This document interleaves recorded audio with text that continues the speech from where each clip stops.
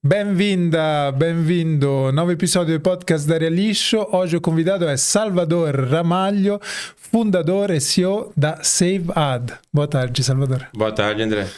Como está? Tô bem, graças a Deus. Espero que você esteja bem também. Sim, estou bem. Ótimo. Muito curioso de saber da sua jornada e também da SaveAd, que eu acompanho faz um tempo, mas quero saber muito mais. Quer contar um pouco de você? Tá, vamos lá. Eu começo a minha jornada de empreendedorismo, né? Durante a minha graduação, sempre tive essa pulguinha de querer empreender, principalmente com inovação social, né? Quando mesmo na faculdade já tinha esse vínculo com design thinking, com análise de impacto, com participação com outras universidades para o tema. E nessa jornada eu acabei me aproximando bastante do contexto de inovação, né? Onde eu comecei a investigar mais isso e tive uma oportunidade durante a minha graduação de me envolver com pessoas e também me envolver em bolsas e afins que me levaram a, por exemplo, uma bolsa para intercâmbio para Portugal durante o final da minha graduação. Graduação em quê? Sou formado em marketing, Ok. na Universidade de São Paulo. Me formei em 2014. Né? Observação, né? Eu meio que desisti de me formar em 2012, indo na contramão de todo mundo, né? Observação, nunca tive nenhuma reprovação, nem nada. Passei com, enfim, méritos e tudo mais. Mas mesmo assim eu preferi buscar uma oportunidade de expansão de carreira, expansão também de horizontes. E busquei um intercâmbio, né? Consegui uma bolsa de mérito acadêmico, fui para fora do Brasil com essa bolsa. Tinha conseguido pelo Ciências Sem Fronteiras, mas na época não tinha ainda incentivo para estudar inglês antes de iniciar. Eu não tinha inglês suficiente e acabei indo para o único lugar que tecnicamente na Europa não precisava falar inglês, né? Que era Portugal. E lá na altura eu fui para uma extensão de graduação mesmo, curso de marketing, mas busquei algo para minha conclusão de curso, que era inovação social. Inclusive, aprendi muita coisa sobre inovação social, né? Quando a gente fala em inovação social, a primeira coisa que vem na cabeça é uma inovação que gera mudança na vida das pessoas em termos de impacto. É uma inovação com impacto social. A inovação social, sim, ela gera uma inovação que afeta a vida das pessoas em termos de hábitos. Ela muda um comportamento social. Por isso que é uma inovação social. Por exemplo, um iPhone foi uma inovação tecnológica e inovação social. Porque ela mudou a forma como a gente interage com a tecnologia. Então, esse é um ponto muito importante até na discussão que eu fui aprendendo, né? Mas lá em Portugal, quando eu estava, eu busquei me conectar com o que havia de bom naquele país de inovação social, né? E por calhar, na mesma época, Portugal teve uma solução que ganhou como principal inovação social da União Europeia naquele período, que era a solução zero desperdício. O desperdício zero, não me lembro exatamente agora o nome, tá? Que era da Dária Acordar, a organização. Que foi a primeira rede colaborativa de gestão de doações descentralizada. Né? Então, naquele movimento, eles criaram protocolos de como podia doar alimentos, como o hospital podia doar alimento, como o restaurante podia doar alimento, como poderia acionar, quais seriam os protocolos de entrega, tudo isso conectado e com o apoio do governo, da presidência portuguesa, de níveis municipais, e fez com que expandisse de forma absurda o volume de doações de alimentos no contexto de Portugal, a ponto de virar uma boa prática que foi expandida para toda a União Europeia. Uau! E combinado que, por exemplo, com a legislação em Paris, que determinava que a doação de alimentos era uma regra, mais o que foi aplicado lá, serviu de base para engajar várias iniciativas que transformaram a realidade de doação de alimentos na Europa. Entendi. E eu me conectei com o pessoal. E muito engraçado, né? O fundador dessa organização era um piloto da TAP. Não. Porque ele começou a se interessar no tema por causa do absurdo que era ver comida sendo jogada fora depois de pousar o voo. Toda refeição que entra num avião, se não for consumida no avião, Não é acredito. descartada. Sério? Sim, porque Não você tem sabia. protocolos de manipulação. Sim. Então você acabava tendo descarte. Claro que isso na época, talvez agora com novas políticas de embalagem, eu vi que mudou muita coisa, talvez tenha aumentado a taxa de aproveitamento. Entendi. Mas na época era descarte. Tanto Então que... era um piloto da TAP a fundar esta organização, uma ONG. Exatamente. Porque Essa ele não ONG. precisava de dinheiro, né? Não fiz isso Um piloto a fins lucrativos. Exato, com um piloto de voo internacional, ele fazia a escala literalmente Brasil, Portugal, né? Então ele via isso acontecendo entre os dois países. Cara, ele movimentou um país inteiro, basicamente. Ele teve a aprovação do Papa, ele foi pra FAO, ele virou referência mundial no tema. E aí eu fui estudar por que esse cara conseguiu fazer isso ali e por que não acontecer isso no Brasil. Isso virou o tema do meu TCC. Ah, legal. Observação, até o momento eu não tinha uma ideia de que eu iria empreender na temática. Uhum. Por mais que eu, na minha vida, na minha infância, tive situações de carência de alimentos. Né? Porque eu tive uma infância que, até um determinado momento, eu tinha a renda familiar era boa, era bem alta.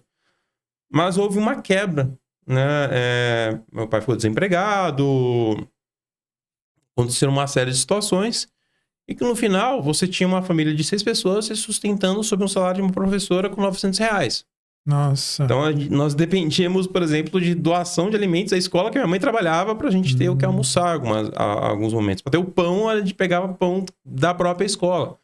Então, por mais que eu tinha essa conexão com a temática de, tipo, em algum momento eu dependi disso, né? Não era a minha primeira concepção de negócio. Na verdade, nem passava na minha cabeça que eu ia empreender na época.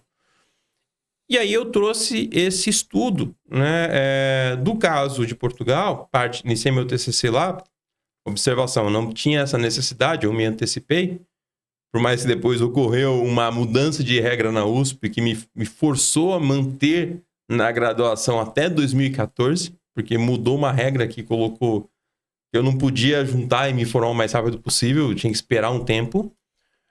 Aproveitei esse tempo e comecei a estudar o contexto de empreendedor, mesma linha de solução no Brasil. Porque no Brasil não tínhamos uma solução que nem a da área acordar naquela época. Isso em 2013. E aí comecei a investigar sobre doações de alimentos. Entre outras iniciativas, tá? Como iniciativa de aquisição de alimentos pelo poder público. E aí surgiram várias coisas. Uma delas foi, na época eu não sabia dar nome, que existia, eu falava para minha orientadora, existe um amor pelo fundador, pela causa. Ah, né? sim. Mas ela falou, amor, não tem como tangibilizar isso, uma pesquisa científica, né? Hoje a gente sabe, hoje na verdade eu tenho argumentação para isso, que é uma relação de propósito e uma relação de percepção de valor intangível, que aí a gente chega lá, eu explico um pouquinho mais, porque é muito importante isso também, né? Mas é ali que eu comecei a pegar uma curva dessa, né? E você também tem os fatores de barreiras dos relacionamentos. Aí vem uma das grandes verdades sobre desperdício e perda, tá? No contexto da União Europeia, dos países, ali existe um contexto de fiscalização, de relacionamento entre partes muito mais bem estabelecido, aonde as relações são mais transparentes e o fluxo acontece. Aqui existe muitos Cs, muita desconfiança na cadeia e aumenta os custos de relacionamento. Esses custos de relacionamento aumentam drasticamente a percepção de viabilidade ou inviabilidade de algumas coisas. Por exemplo, você teve o mito de que doação de alimentos era proibido no Brasil. Sim, é uma coisa que muitas pessoas falam com vontade, né? E nunca foi. Tá? Quando eu falo nunca foi, gente, mas teve casos, sempre houve. O que aconteceu? Existia uma normativa de boas práticas de como doar alimentos. Inclusive o Estado de São Paulo já tinha isso já naquela época, 2013. Doação de alimentos nunca foi necessariamente proibido. O que acontece? Doação de alimentos ele entra na mesma lógica de uma venda de um produto. Que se eu tiver uma contaminação, eu vou averiguar a responsabilidade do fator que gerou aquela contaminação, que é a responsabilidade compartilhada. Quando que essa responsabilidade compartilhada ela quebra? a partir do momento que as mudanças das posses dos itens, né? Eu vendi um alimento para você e essa venda de alimento teve uma averiguação de um responsável técnico. Eu assino falando, o alimento foi entregue em determinadas condições. Que é o nutricionista, Um né? nutricionista ou um engenheiro de alimentos, em alguns casos para carne, um veterinário. Ou seja, cada alimento que é vendido ou em um restaurante ou doado precisa dessa pessoa que assina um documento que fala que está servindo esse alimento? Pela legislação, isso te isenta de responsabilidade. No ciclo de avaliação de responsabilidade compartilhada. Isso, claro, isso naquela época, tá? Houve mudanças na lei atual. Ok. Tá? Então, não é mais a mesma situação. Mas naquela época já não era proibida a doação de alimentos. Ok. E hoje também não é proibido? Não, hoje, na verdade, hoje é menos ainda. Ok. Né? Porque na época, tanto que você já tinha o Mesa Brasil. Na verdade, começou com o Mesa São Paulo, que deu muito certo em São Paulo e virou Mesa Brasil. Né? Um dos meus casos de estudo foi o Mesa Brasil. Para quem não conhece, como eu, pode contar. Mesa Brasil, então, vou Tá bom, tá bom. Então, eu comecei a dar eu fui comparar a solução portuguesa com duas soluções no Brasil. Ok. Uma era uma plataforma de comercialização de pequenos produtores com municípios, isso promovido pela Codeagro, tá? Não sei a situação dessa plataforma, eu sei que não avançou, pelo menos durante o período do estudo, por N razões, eu não tenho como argumentar qual foi o motivo. E o outro era o Mesa Brasil, né? E até respaldando essa questão do Estado, talvez já tenha rolado, mas eu não tenho mais notícias, tá? Só para deixar claro, para não falar aqui. E teve o Mesa Brasil, que eu fui estudar porque o Mesa Brasil deu certo, né? O Mesa Brasil, ele surge por um movimento que até tem não lembro se chegou a ser uma lei, porque é muito antigo isso, tá? A Lei do Bom Samaritano, no Brasil, que era para estimular, foi um dos primeiros movimentos para estimular doações de alimentos aqui. E o mesmo fundador, o mesmo promotor dessa ação, tinha, agora não lembro ao certo, tinha um vínculo com o nível de SESC, né, o próprio SESC, Fé Comércio, de aplicação dessa prática. E aqui no estado de São Paulo se levou ao início de fazer ações de doações de alimentos no conceito de banco de alimentos. Então nasce aqui em São Paulo, junto ao SESC Mesa Brasil, uma das primeiras operações de doações organizadas de alimentos, Mesa São Paulo, que foi um sucesso, a ponto de replicar e criar um Mesa Brasil, que é o programa de distribuição de alimentos via colheita urbana do SESC, que tem algumas operações de nível banco de alimentos, depois eu entro no detalhe do que é banco de alimentos e o que é uma colheita urbana, e que virou uma referência para todas as operações do SESC Nacional, tornando-se assim uma das maiores operações de distribuição de alimentos de doações do mundo, aqui no Brasil, que é operado pelo SESC. Uma outra razão para achar o SESC incrível, né? Uma instituição incrível. Sim. E o que acontece? O SESC teve propósito também. Teve alguém muito apaixonado. E teve um time muito apaixonado. Que alguns ainda estão lá. Tá? Eu já não lembro. Né? Mandar um abração para a Luciana, para a Karen, que são pessoas que fizeram parte dessa história. Entre outros, Priscila. Não vou citar todo mundo do Mesa Brasil, mas é um time fantástico. Que fizeram isso acontecer. Mas a paixão estava lá. Né? Mas tinha um outro ponto. E aí foi a segunda verdade que eu aprendi sobre esse contexto de reaproveitamento de alimentos. O que acontece, por exemplo, do Estado e o que acontece para o Mesa Brasil dar certo? Todas as operações, na época até então, que havia uma certa correlação de múltiplos atores, múltiplos CNPJs, agindo em cooperação para fechar um ciclo, né, de compra, entrega e tudo mais, não tinha uma argamassa. A coisa não acontecia porque existiam conflitos de interesse. O Mesa Brasil, por uma experiência, eu também não entrei tão a fundo na história, ele percebeu esse processo. E ele determinou, no processo de gestão de doações de alimentos, nós nos responsabilizamos do início ao fim. Eu busco e eu entrego. Eles se responsabilizaram por isso. E eles se responsabilizam pelo nutricionista. O CS Mesa Brasil, ele tem um grupo de nutricionistas, inclusive, que orientam na distribuição de como os alimentos vão ser consumidos. Essa instituição vai receber X volume de X tipo de produtos. Há um ciclo de processos de mudança logística entre os veículos, num processo extremamente organizado. E isso com uma central gerenciando esse processo, mostrando esse nível de maturidade operacional da parte deles. Mas eles falaram, nesse ciclo, eu não coloco um intermediário. Eu não vou colocar um caminhão de uma outra ONG para fazer uma entrega minha. Eu posso, por exemplo, não pegar um item, porque não tenho mais capacidade logística, e indicar para uma outra instituição e buscar. Mas ela não, é o único nível de cooperação que ela tinha, pelo menos até naquela época, tá? Eu não posso dizer como é a situação atual, eu não tenho mais acompanhado tão a fundo o tema. Então, percebe-se que as relações entre atores, de uma forma cooperada como aconteceu em Portugal, era quase que inviável na época no Brasil. Isso geravam-se grandes barreiras de estratégias de aproveitamento de itens. Principalmente considerando a complexidade da cadeia de distribuição brasileira. Né? Claro que até então eu não tinha aprendido outras coisas que eu fui aprendendo na minha carreira. E aí a gente chega numa conclusão, um ambiente saudável, um ambiente de confiabilidade entre atores, o alinhamento desses atores com valores claros, funções claras e regras claras, com um propósito alinhado, faz capacidade de escala em cooperação de uma ação de aproveitamento. É claro que algumas soluções do Brasil conseguiram alcançar em algum nível isso. Tá? Então, a relação de rede para isso é extremamente importante. Porém, no Brasil tem muitos empecilhos para que isso aconteça. Então, cases que deram certo. Cases onde você teve um grande ator assumindo um grande custo para viabilizar essa operação. Tanto que você tem outras operações similares que deram algum nível certo, que foram um pouco nessa linha, que foram surgindo depois com o aprendizado disso. Tem ONG Banco de Alimentos.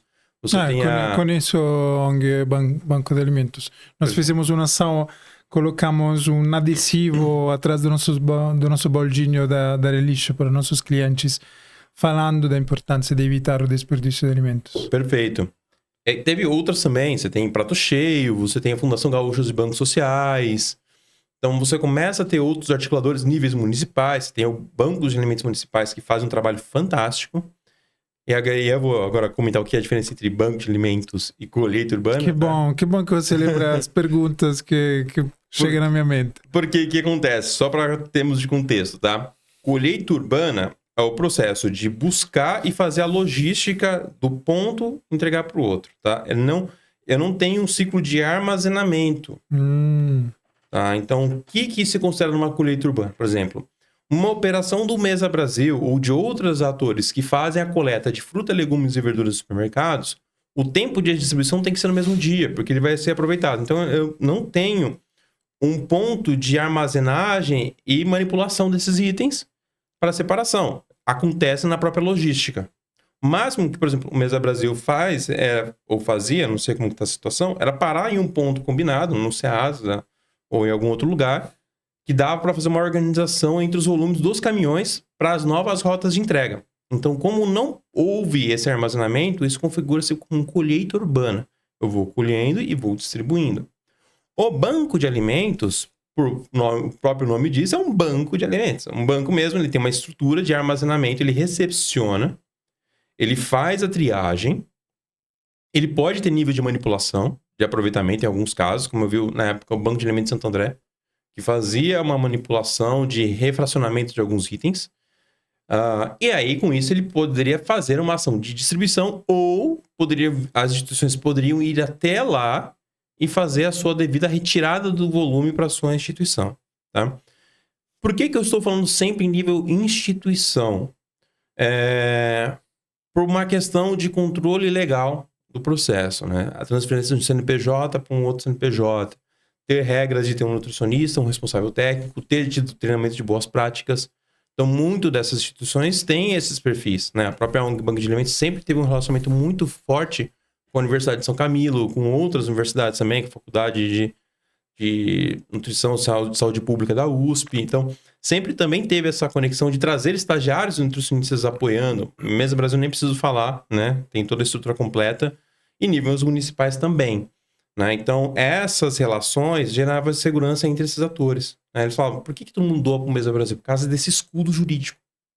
Não vai ter problema, não vai ter um risco. Isso permitiu eles ter relacionamentos com grandes marcas, inclusive, né? A nível industrial. Tecnicamente, hoje é o principal receptor de doações de indústrias, é o Mesa Brasil, né? Do Sesc. Do Sesc. Tá? O Sesc hoje ele ainda continua sendo a referência em termos de doações de alimentos. Inclusive, Sesc entrou em contato conosco para nós fazer a coleta do que não dá mais para aproveitar para mandar compostagem. Perfeito. Eles podem fazer isso, por exemplo, dentro de um ambiente de armazenamento, ou eles podem indicar é muito mais difícil, tá? Mas isso foi um teste que a gente fez, eu vou entrar nesse ponto, que a gente validou, e um ponto muito interessante do Mesa, que eu falo, todo o supermercado deveria doar para o Mesa Brasil. Por 2 motivos. Primeiro, por causa do trabalho sério, e por um outro motivo que é muito interessante, que eu estou entrando no nível de operação, tá? Então, sabe, a colheita urbana, banco de alimentos, temos essas questões, cozinha solidárias. Cozinhas solidárias já é quem recepciona e transforma esse produto, né? Ele faz a transformação como se fosse um restaurante social. Inclusive tem do estado de São Paulo, né? Que é aquele que faz a refeição a R$1 ou gratuita. Isso é o Bom Prato. O Bom Prato ele já é uma política pública de abastecimento. Uhum. Não necessariamente é uma cozinha solidária, porque ele faz a compra regular, né? Okay. É um restaurante, só que com valor subsidiado de refeição. Eu não sei, eu não posso dizer se há produtos oriundos de doações desse ciclo. Muito provavelmente não, tá? Até porque, imagina o poder de compra do estado de São Paulo para abastecer esses restaurantes. Ele compra a um preço que nenhuma rede de restaurante vai comprar, tá? Esse é um outro ponto que eu vou chegar da relação de valores e doações e ciclos e tudo mais, que é muito engraçado, tá? Que às vezes dá um susto na cabeça das pessoas. Então, assim, eu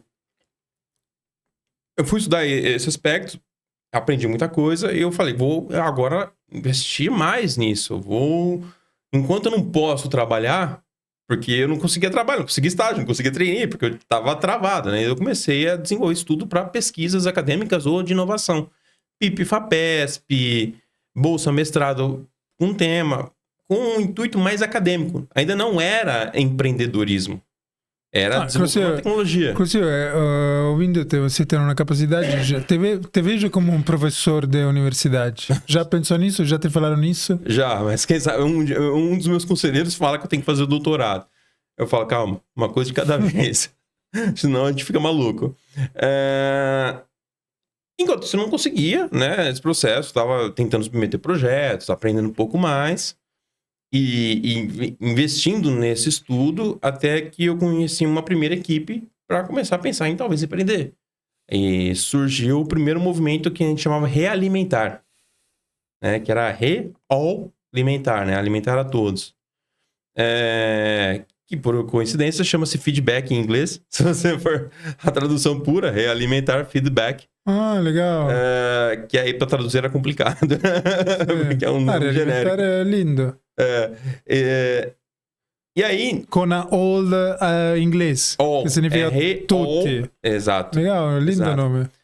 E ele era para ser uma ferramenta de suporte a esse público, né? Seria como um primeiro RP de suporte à gestão de doações. Para popularizar. O nosso intuito sempre nunca foi ser um ator de doar, era sempre instrumentalizar para democratizar, para fazer acontecer, né? Para que aquilo que eu vi em Portugal desse escala.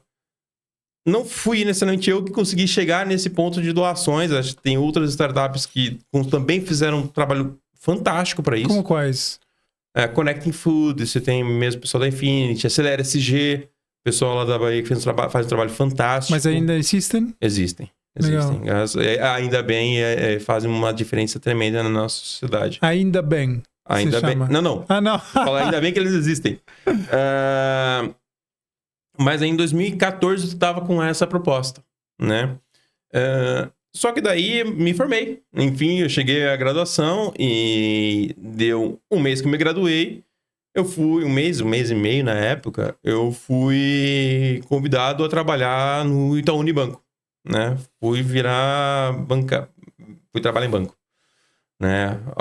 Uma coisa curiosa, né? Muitas vezes eu falava, eu não iria morar em São Paulo, eu não queria trabalhar em banco. Nossa. Meus nunca não estão dando muito certo, né? Mas eu tenho muito a agradecer também com essa minha carreira no banco. Então você não nasceu em São Paulo? Não, eu sou do interior de São Paulo. Uhum. Eu sou numa cidade chamada Catanduva.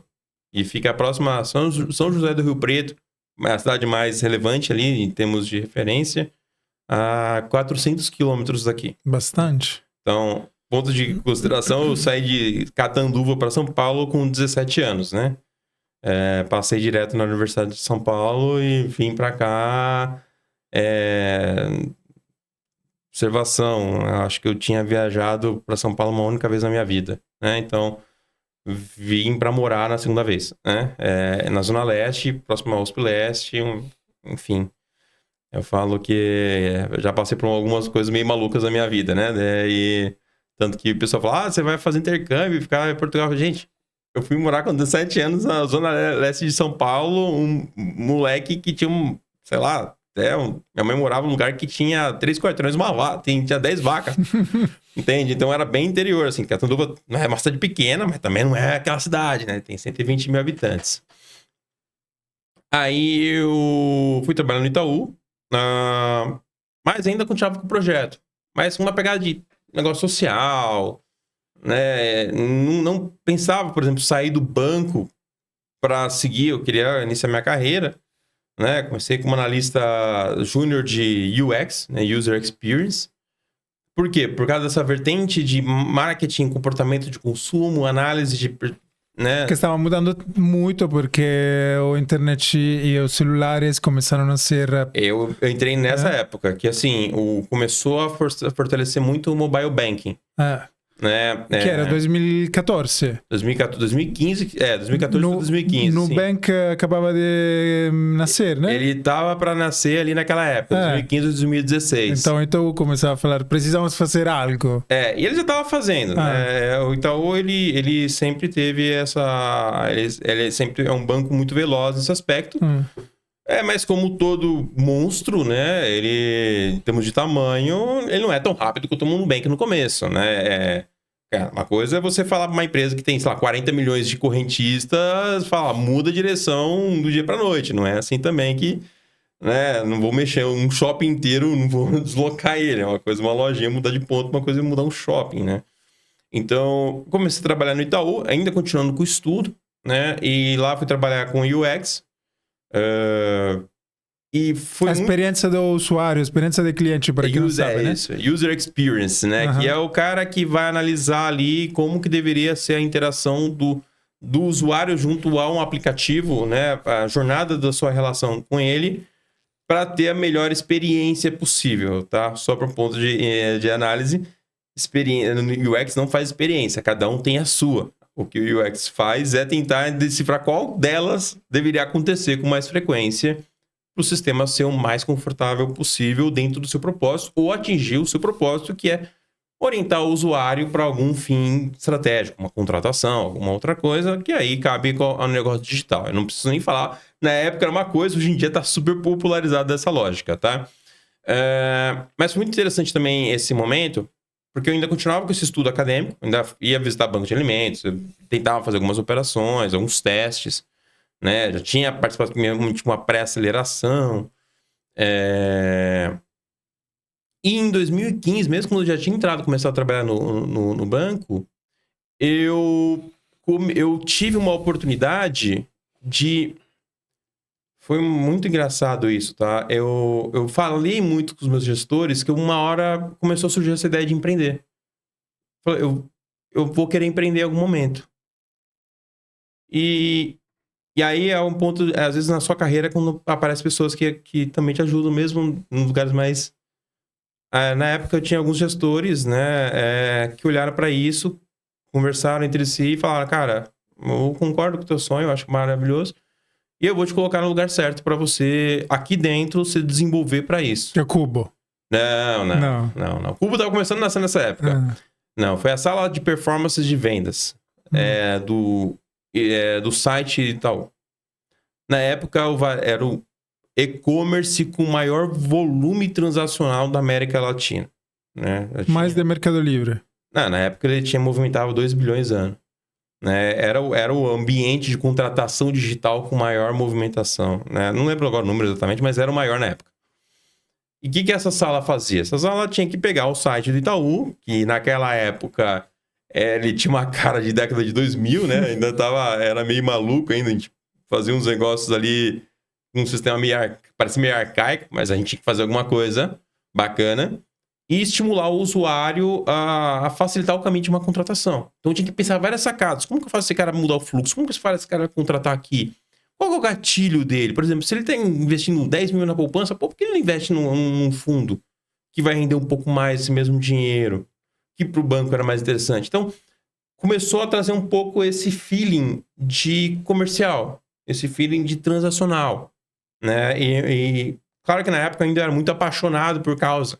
Né? Eu ainda sou, mas agora eu tenho um pouco mais de noção desses gatilhos e aquilo foi uma boa fonte. E naquele momento eu consegui passar um desafio chamado da Social Good Brasil, que eles chamaram para um desafio chamado Social Roots, que era selecionar soluções brasileiras para expor na Expo Milão. 2015, que aconteceu com o tema de alimentos. Né? E nós fomos uma das contempladas. E aí eu, falei com todo mundo, falei, cara, posso ir? Os caras falaram, olha, é uma semana, você vai ter que passar fora, você não tá no período de férias. Mas aí foi muito legal porque a galera também, de novo, articulou para eu criar um plano de compensação de horas. Que eles planejaram comigo para eu ter essa janela e conseguir compensar as horas do mês para não ter problema. E teve autorização de superintendência. Cara, assim, eu fui muito abençoado nessa meu momento de CLT, né? E eu pude ir para a Itália, né, apresentar a solução. Na verdade, foi a única solução não italiana a poder se apresentar em um palco da Expo Milão, dentro do Social Roots. E aí, ali, a picada do empreendedorismo falou, cara, talvez tenha alguma coisa aqui que faz a diferença. E aí, comecei a falar agora, realmente, talvez agora, o empreendedorismo vai me puxar. Aí, teve mudanças de carreira lá dentro mesmo, movimentei, fui para uma outra área, saí de ser UX, virei analista de negócios digitais, entrei num nível mais estratégico. Tive alguns outros projetos relevantes ali dentro, mas essa pegada de empreendedorismo, o tema de alimentos ainda estava lá. E o que foi interessante nesse momento na minha carreira de banco, que foi nessa minha jornada uma quarta grande descoberta, eu comecei a me deparar com essa relação de custo-benefício de decisão, tá? Ou o que a gente chama de camadas de valor. Fatores de camadas de valor, elementos de valor. O que isso significa? O que isso tem a ver com desperdício de alimentos? Tá? No final tem tudo a ver. Cada indivíduo, ele enxerga algo com uma perspectiva diferente, tá? Então, eu tenho uma caneca que um deserto cheio de água pode valer R$500. Um lugar com água à vontade não vale nada, porque foi só um utensílio para beber água, né? Isso altera completamente por situação, pela ótica do indivíduo e pelos estímulos de persuasão e percepção de valor. O que isso tem a ver? Significa que o que é perda para um não é perda para outro. Eu consigo trabalhar esse indivíduo para direcionar ele para o que gera mais valor, para gerar o aproveitamento. Porque eu tive uma oportunidade na época no banco de trabalhar com um projeto que era meio que o desperdício do banco. O que é o desperdício do banco? Correntista que não faz nada. Tá? Porque só para ter uma conta corrente, o cara tem um custo mensal. Né? Esse custo mensal não é legal. Né? O banco não quer pagar para ter um cara, porque tem que ter agência, só para atender o cara, e o cara não gera uma movimentação financeira. Então, qual que era o propósito? Eu tenho que fazer esse cara migrar para um cara mais barato. Só que para isso eu preciso entender qual era a perspectiva de valor. Quais eram os empecilhos dele. Qual que era a falta de maturidade que fazia ele não interagir com o canal digital. E aí começou essa perspectiva da relação custo-benefício. tendência do que é valor gerado, o que o cliente me gera, já gera valor, o que ele podia gerar de valor, o que era valor para ele também, e quais eram os empecilhos que faziam ele não alcançar aquilo. E aí surge, por exemplo, na questão desse produto, nós percebemos que a falta de conhecimento financeiro e o medo de uso de tecnologia, a combinação, gera uma fobia quanto a transações financeiras. Na época que não tinha Pix, que não tinha nada, era pior ainda. Né? As pessoas tinham uma certa resistência de uso. Então, com isso, eu tinha que procurar outros caminhos. E a gente conseguiu encontrar esses caminhos nessa vertente. E teve um projeto de sucesso, que foi, na época, o Itaú Light. Por que foi um sucesso? Mas ele morreu hoje. Ele já tinha como princípio morrer. A gente já nasceu para ele morrer. Mas ele nasceu para morrer para a gente aprender a como levar isso para o resto do banco. Ele, em 6 meses a 10 meses, não lembro o período, ele bateu 1.200.000 usuários. Ele foi o aplicativo que ultrapassou o segundo principal aplicativo do Itaú na época, Itaú Card. E aí a gente sacou. Cara, essa pegada tem relevância. Realmente, essa questão de percepção de valor tem algo pro jogo. Se isso eu consigo fazer com um correntista, por que eu não consigo fazer com o resto? Por que eu não consigo trabalhar os outros produtos? Eu não consigo pegar um item próximo ao vencimento e tentar ver se ele não tem valor. Porque a doação é mais ou menos isso. Por que a doação é? Para algum não tem mais valor, mas para uma ONG tem um valor. Vale a pena alguém buscar.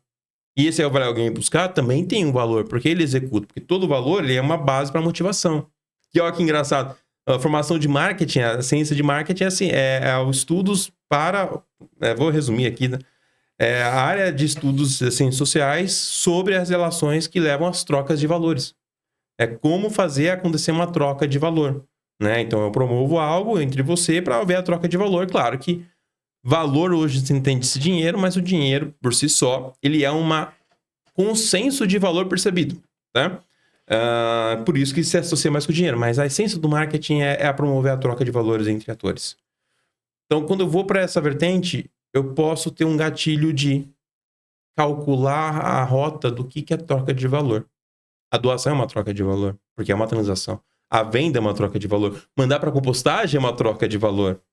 Então, eu tenho gatilhos comportamentais que eu consigo trabalhar para estimular o comportamento e fazer com que aquele comportamento positivo aconteça em escala. Eu fazer uma transformação no uso efetivo. Aí eu trouxe esse aprendizado para o contexto. E na época, 2015, o seu foco era doação. Doação.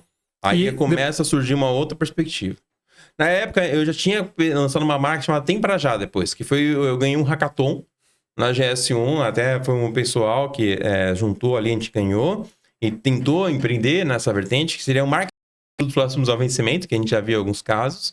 Muito complexo, porque o tempo tem que ser rapidíssimo, né? Exato. Dá para vender. E depois eu posso falar que dá para vender, mas a barreira não é necessariamente o tempo.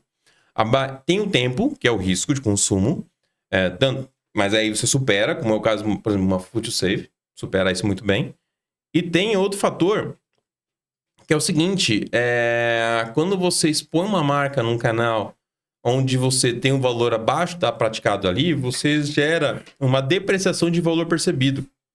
E também você pode estimular uma prática de canibalização de canal. O que significa canibalização de canal? Eu vou entrar no site do supermercado A e vou ver, sei lá, o café a R$30. Eu vou ter a plataforma de produtos próximos ao vencimento e vou achar o mesmo café por 15. Se isso acontece mais de uma vez ao mês, 3 vezes ao mês seguidas, eu começo a quebrar toda a estratégia de elasticidade de preço e percepção de valor. Isso é um problema gigantesco na economia circular, no second hand, por exemplo, na roupa, moda, né? Na moda, porque eles preferem jogar fora que vender a preço reduzido. Praticamente eu estou matando todo o investimento de marketing que a marca fez. Eu estou cutucando um formigueiro que, assim, nenhuma indústria vai querer cutucar, porque a gente está falando de uma das indústrias com maior orçamento do planeta. Né? Quem vai falar que eu tô... Porque, assim, posicionamento de preço é uma construção. Marcas de luxo demoraram décadas para conseguir se consolidar ali com luxo e exclusividade. Eu não posso quebrar isso. Eu não posso ter uma experiência ruim. Então, eu não posso que o cara venda mais barato Uma vez ou outra. Aí beleza. Agora, isso virar regra, vai mostrar a minha ineficiência. Esse é um outro ponto, tá? Porque muita gente não queria falar que estava doando o que doou. Queria falar do alimento, mas não queria falar o que doou.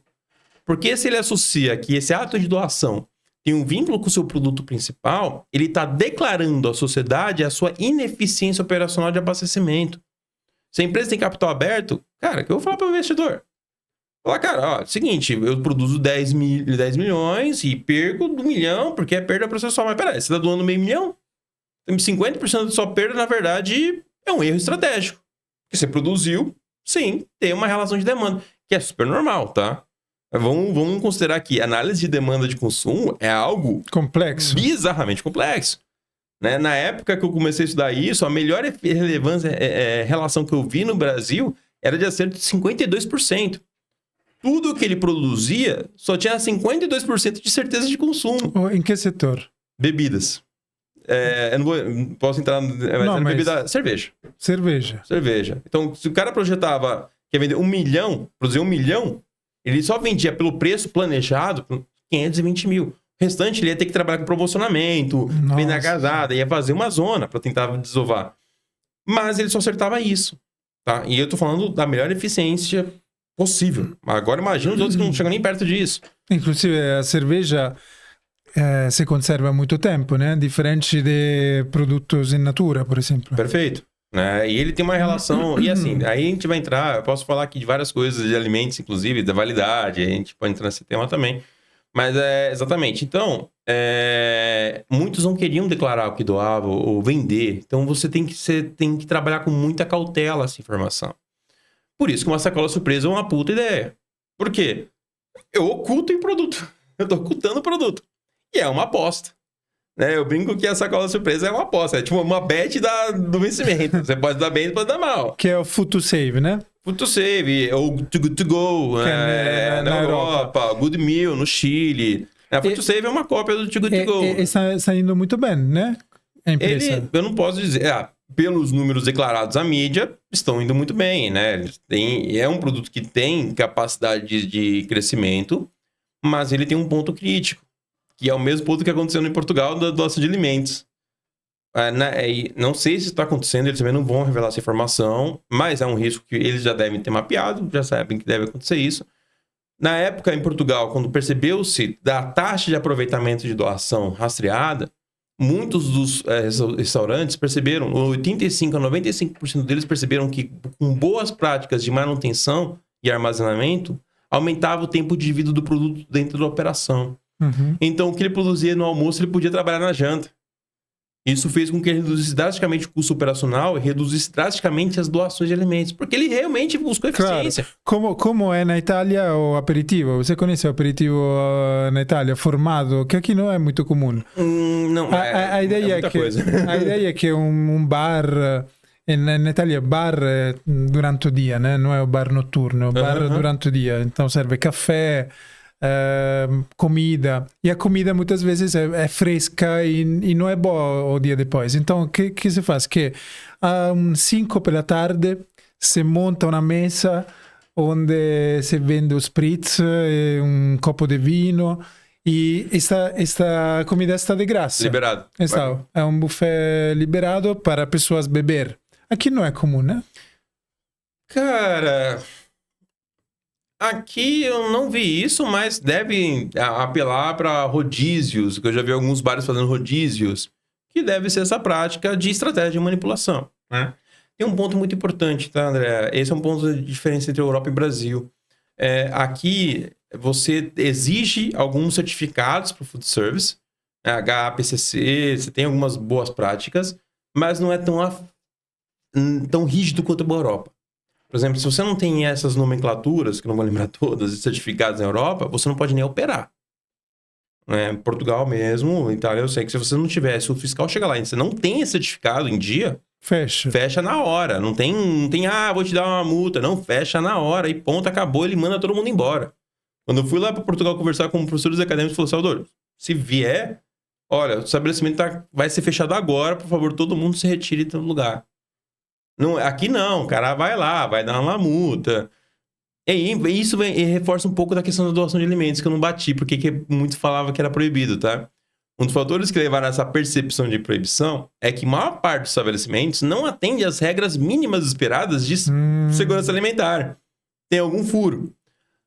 Mesmo com uma relação da venda e da doação, se você contamina, você pode ter responsabilidade. Se você comer em algum lugar, passar mal, você indicar que foi ali e validar que foi lá, o cara vai te processar. Você pode processar lá, pode penalizar. Agora, pensa uma doação. São pessoas que muitas vezes são monitoradas pelos serviços sociais. Então, o pessoal passou mal, tem uma ONG que vai perceber que passou mal. E aí ele vai investigar.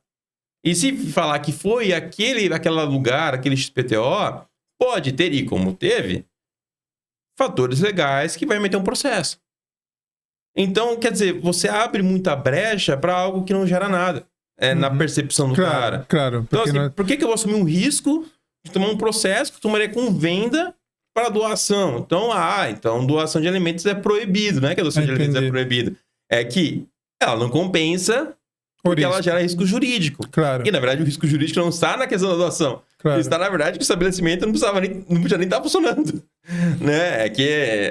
Eu brinco com muita gente. Tem aquele programa, né? Pesadelo da Cozinha. Sim. Eu falo, gente, aquilo não é exceção, tá? Aquilo é a regra. Qualquer pessoa que vai em um boteco da esquina, às vezes é melhor não ver a cozinha.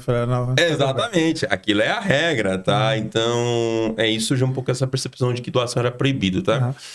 Voltando, porque o tempo voa, Salvador, falei que você é tímido, não gosta muito de falar e conversar, mas quer chegar como nasce a Save Aid? Perfeito, tá bom. Expliquei um pouco de tudo isso. O objetivo foi que todos os aprendizados me fizeram considerar que não é uma questão de doar ou vender ou fazer. A questão de interpretar qual que é o real potencial de um produto e fazer com que esse potencial seja executado. Então, quando eu pego um produto, eu tenho que saber, no contexto da sociedade, no contexto o dono do item, destinos desse item, qual que é essas percepções de valores entre eles, para eu chegar no consenso de qual é a formatação de relações mais saudável e sustentável possível, incluindo todas as práticas: venda, doação, usos internos, descarte. Tem situações que eu vou falar, joga fora antes. Mas que absurdo, eu tenho que doar. Cara, os custos envolvidos no processo, os riscos envolvidos no processo, se eu mando uma compostagem, por exemplo, eu gero um benefício socioambiental maior, eu gero uma renda, eu gero uma pegada de carbono menor, eu posso fazer isso gerar capacidade de redução de custos. Então a gente traça isso. A Save, ela surge com o propósito de falar um grande conciliador do que tem que ser feito.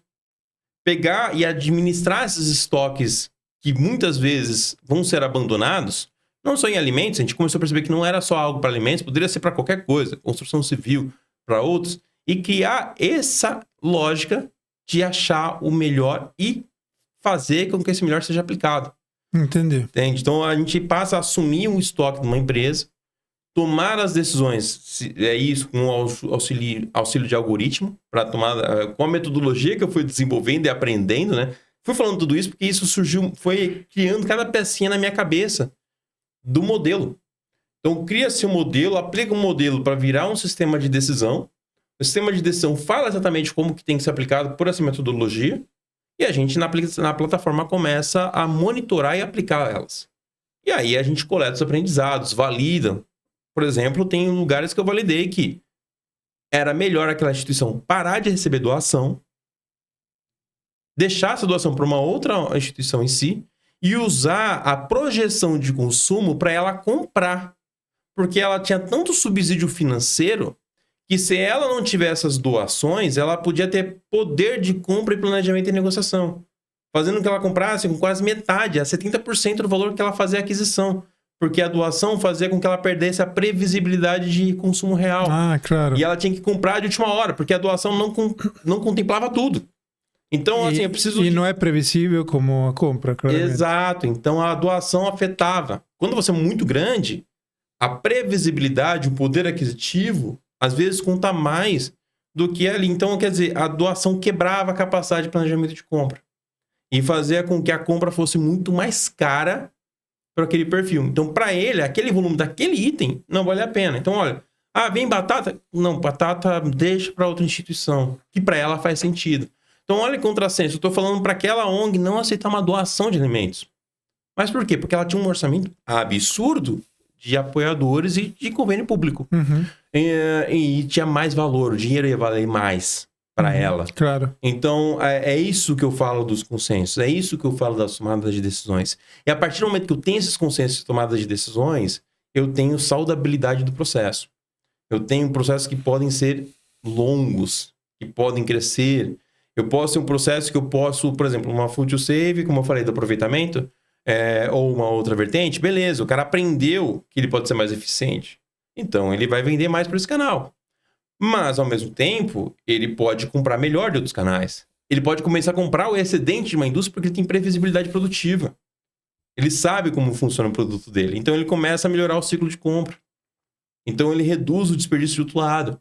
Ele pode aumentar uma doação. Porque ele sabe manipular. Ele sabe que se ele, por exemplo, fazer isso que você falou, é uma estratégia. Eu poderia muito bem chegar num determinado horário do dia que eu estou fechado com uma operação e abrir meu buffet e convidar pessoas a um valor social para comerem. Porque um buffet não pode tirar o alimento do buffet e dar para uma doação, porque aquele foi um produto que foi exposto. Ele só pode ficar ali porque ele é mantido a uma temperatura controlada. Mas eu posso, por exemplo, trazer as pessoas para consumir no ambiente, com a mesma estrutura do buffet, pagando um valor de um bom prato. Então, quer dizer, quando ele aprende tudo isso, ele aprende esses detalhes, ele abre um mar de oportunidades. E Salvador, perché para quem não sabe, como eu, que sei, mas não lembro, como é o ciclo do desperdício de um alimento? Quanto é no campo, quanto no transporte, quanto no supermercado, quanto na casa das pessoas? Esse número ele é muito flutuante, tá? Existem vários, né? Hoje fala-se que 30% de todo do alimento no Brasil produzido é desperdiçado. Esse é o dado que... Esse é o dado que a Embrapa fala, Okay. tá? Que bate com o que a FAO fala. 1/3 da produção de alimento mundial é desperdiçada. Em, né? em todo o ciclo, desde o campo até a geladeira da pessoa. Isso que é dito. Sim. Tá? Por que isso que é dito? É muito difícil calcular isso. Claro. Porque hoje, por exemplo, na categoria fruta, legumes e verduras e ovos, né? O FLVO, né? Que eles chamam, até agora tem flores também nessa conta. Apenas 1,5% da produção nacional é rastreável. Do da campo produção. ao prato. Da produção nacional. Então, não estamos alimentos. considerando a importação. Não, de rastreabilidade do que produz um campo até o prato. Tá? Talvez esse número tenha melhorado, né? E também é muito baixa a capacidade de rastrear os resíduos, né? O lixo, chamado. Então, como que eu posso dizer qual que é o volume real do desperdício se eu tenho a confiabilidade de dado muito baixa? Então, claro que existe muita estimativa por análise comportamental. Obviamente, tem estudos, tem vários Estatística. Exato, Pode mas ser... assim, a confiança no número é muito baixo, Ok. na essência. Se for ali... Mas para quem não sabe nada, então nós podemos desperdiçar no campo... Podemos desperdiçar no campo, no beneficiamento do alimento, no transporte, na mão do distribuidor, na mão do supermercado, todas as etapas. O maior, de acordo com a literatura brasileira, é no transporte. Né? 50% da perda está concentrada na etapa de transporte. Eu sabia que o maior era na fase em casas, nas famílias. Dentro da cadeia produtiva com o transporte. Antes de chegar ao consumidor comprar. No Brasil, até... Eu não estou com números atualizados, tá? Mas no Brasil, quando eu vi, a relação do desperdício nas casas era alta. Mas ainda assim a perda antes do consumo era maior. Entendi. Tá? Diferente de uma perspectiva europeia. Na Europa, o desperdício nos Estados Unidos é maior nas casas. Isso é comum em países com alto poder aquisitivo de compra. Tá? Claro. Você compra mais, você desperdiça mais. Exato. Estados Unidos deita e rola nisso, né? É o grande desperdiçador mundial, né?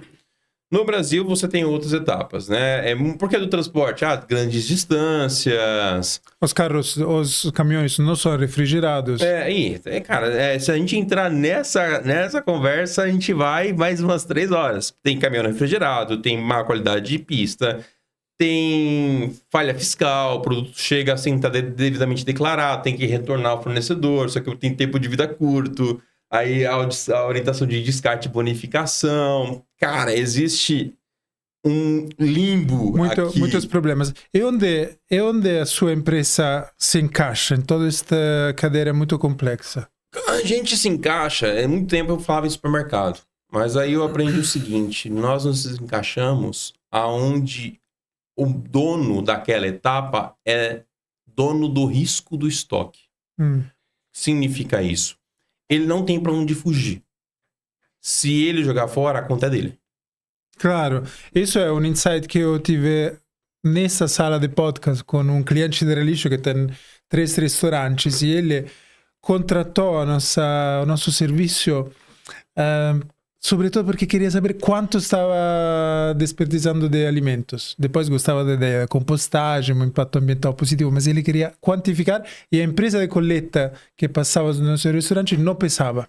Não. Ele queria os números, queria saber e depois conseguimos reduzir o desperdício. Para ele foi uma boa economia e parceria ainda contínua. Perfeito. Tem muita falta de esta quantificação, né? Não, total. Hoje você não tem pesagem, por exemplo, qual que é uma grande dor de doações de alimentos, tá?